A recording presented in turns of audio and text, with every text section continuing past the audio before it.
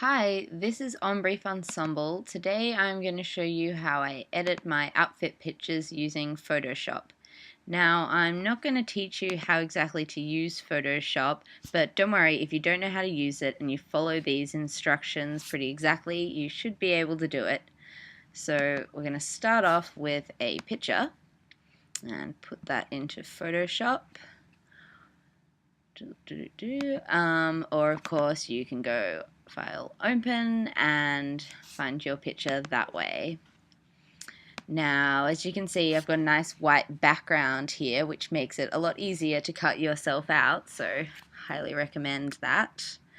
Okay, gonna zoom in, which you do by pressing Command plus on your keyboard, or there are other ways to zoom in, but I'm not going to go into that.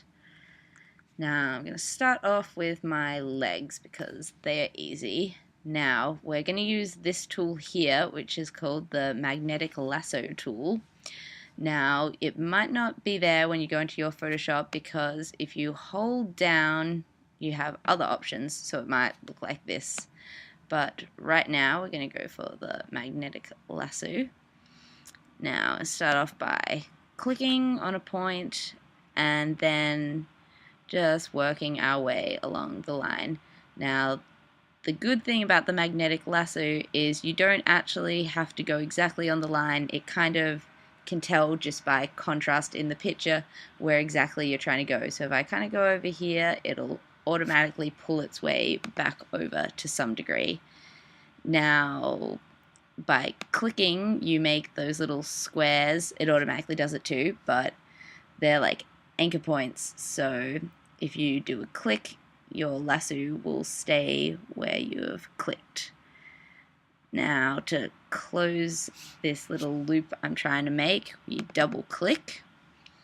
Now I could of course just go around my entire body in one go, but that would be kind of difficult, so now to add to this we hold down the Shift key and click again and go around. Now if you accidentally go off to the side and pull in some excess like that, don't worry about it, we can come back later and fix that up. I'll show you how to do that now. So to do that you hold down the Alt key on your keyboard and you see this little minus comes up now on the tool, and click and select that area and that takes it away. Now I've got here this dress that has a bit of a pattern on it, so it can be a bit confusing for the tool. If you go quite slowly with the tool, it will figure out what you want it to do and basically go where you want.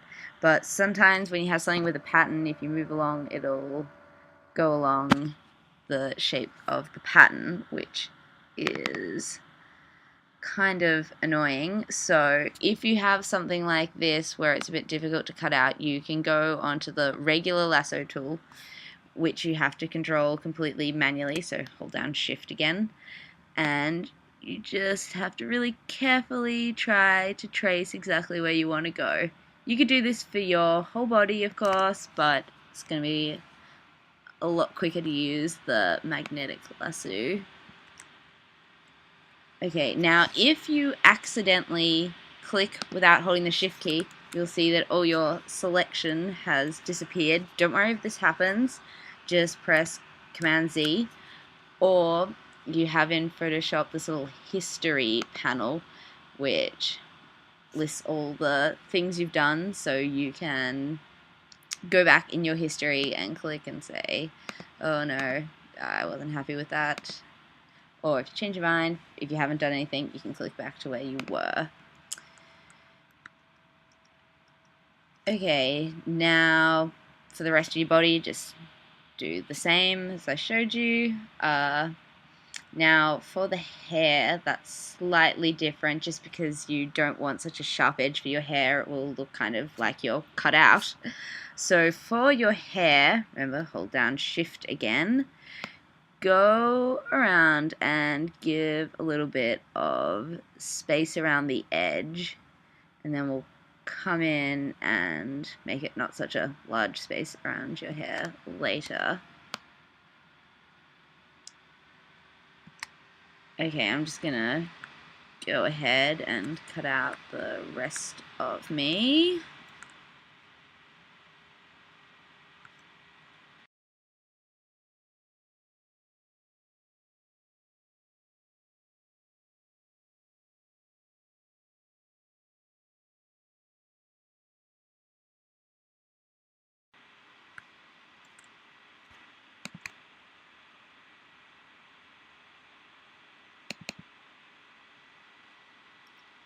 Okay, so got my lasso all around the edge.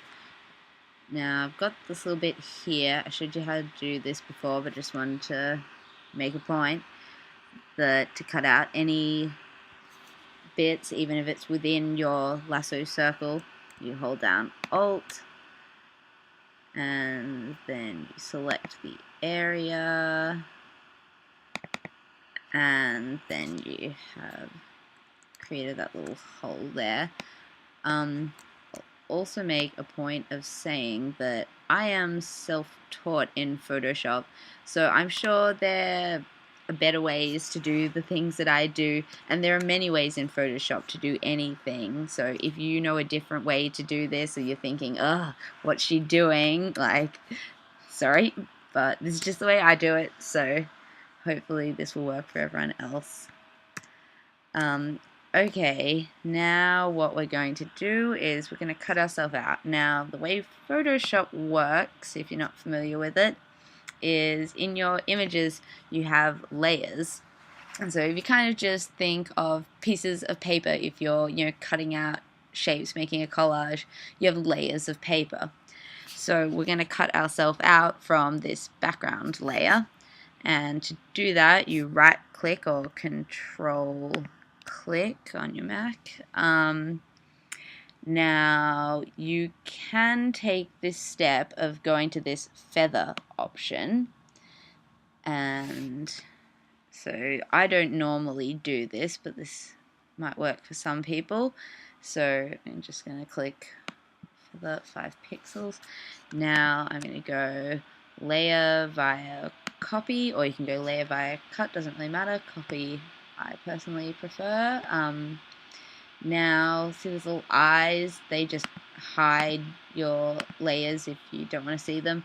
Now that feather thing we just did has made my edges all nice and soft, which can make it look a bit more realistic when you're putting yourself onto an image, but I'm personally not too fond of it because it makes it look a little bit blurry. Otherwise, you can just go copy, layer via copy, but you might find that some of your edges aren't always perfectly straight, or they're a little bit pixelated, and sometimes they look kind of bad. If you've done a nice smooth job of cutting out your image, you won't really notice this. Otherwise, sometimes I'll just feather by 1 pixel. Pixels are just, you probably know, the small little squares that make up your image. So the more pixels you feather, the, softer your edge will be. So 1 pixel, I think, is enough. It depends, of course, too, on the resolution of your image. So you can see with 1 pixel, got a little bit of a soft edge, but nothing too noticeable. Okay, now go to the move tool. Pick myself up, center myself a little bit. Okay, now to put in a background. Okay, probably should have prepared a background, but let's find one.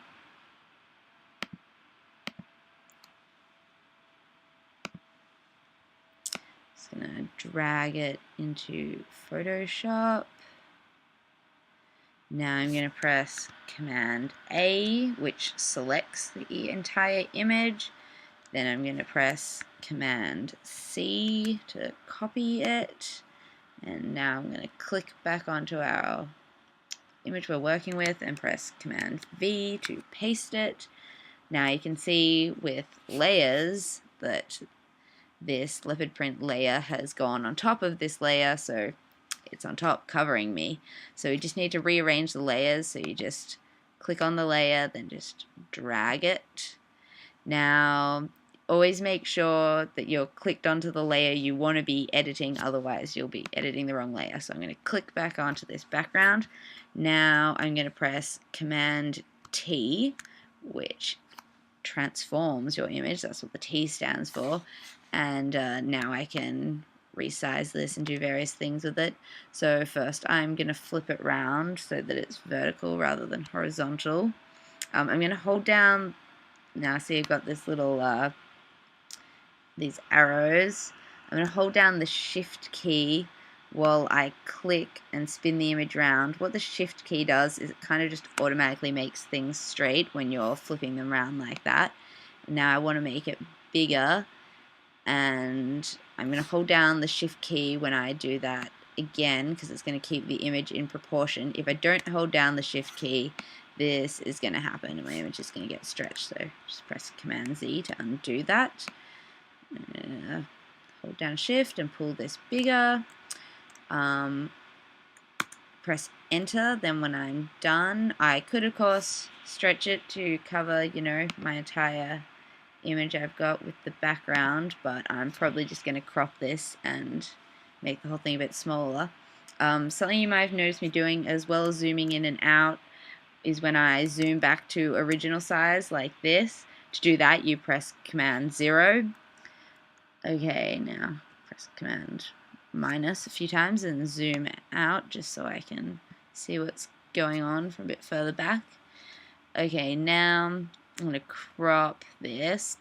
A few ways to do these things, of course, but I'm going to choose this selection tool that's in a rectangle shape, and I'm just going to select where I want to crop my picture, and then I'm going to go Image, Crop. Okay, I'm just going to click away so nothing's selected. I'm going to click on my Move tool again, and I'm going to click back onto me. Now we're basically done. In fact, we really, oh no, actually I almost forgot about the hair. Okay, that's what I'm going to show you next, the hair. Alright, so we're going to use our eraser tool here. Now you can control the size of your tool here and the hardness. I will show you what the hardness does. So right now we're on 0 hardness. If I am to erase something, see it has a nice soft edge. Just go Command Z. Well, if I put the hardness up to 100%, see it's really sharp. So I want the hardness to be on 0. This is going to give us a nice soft edge. And so now I'm going to come and just erase around here. It's just going to look a little bit more natural on the hair. I mean, this is really giving the same effect as the feather tool, but you probably want your hair to be more feathered than the rest of your body, so I just find it easier to do the hair this way.